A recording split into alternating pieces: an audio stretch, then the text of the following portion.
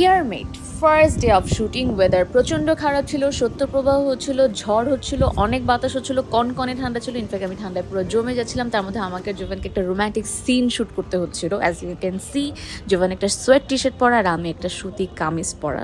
আমরা একদম ঠান্ডায় জমে যাচ্ছিলাম এবং আমি হোপ করছিলাম কখন ওয়েদারটা আমাদের কন্ট্রোলে আসবে অ্যান্ড আমরা ঠিকমতো শুটিংটা শেষ করতে পারবো।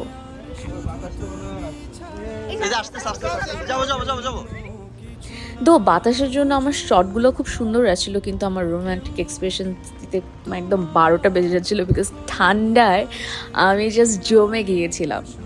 সো আফটার দ্যাট আমি শটগুলো চেক করছিলাম যে আসলে শটগুলো আমার মন মতো হচ্ছে কিনা। অ্যান্ড জোভান চলে আসলো জ্যাকেট পরে।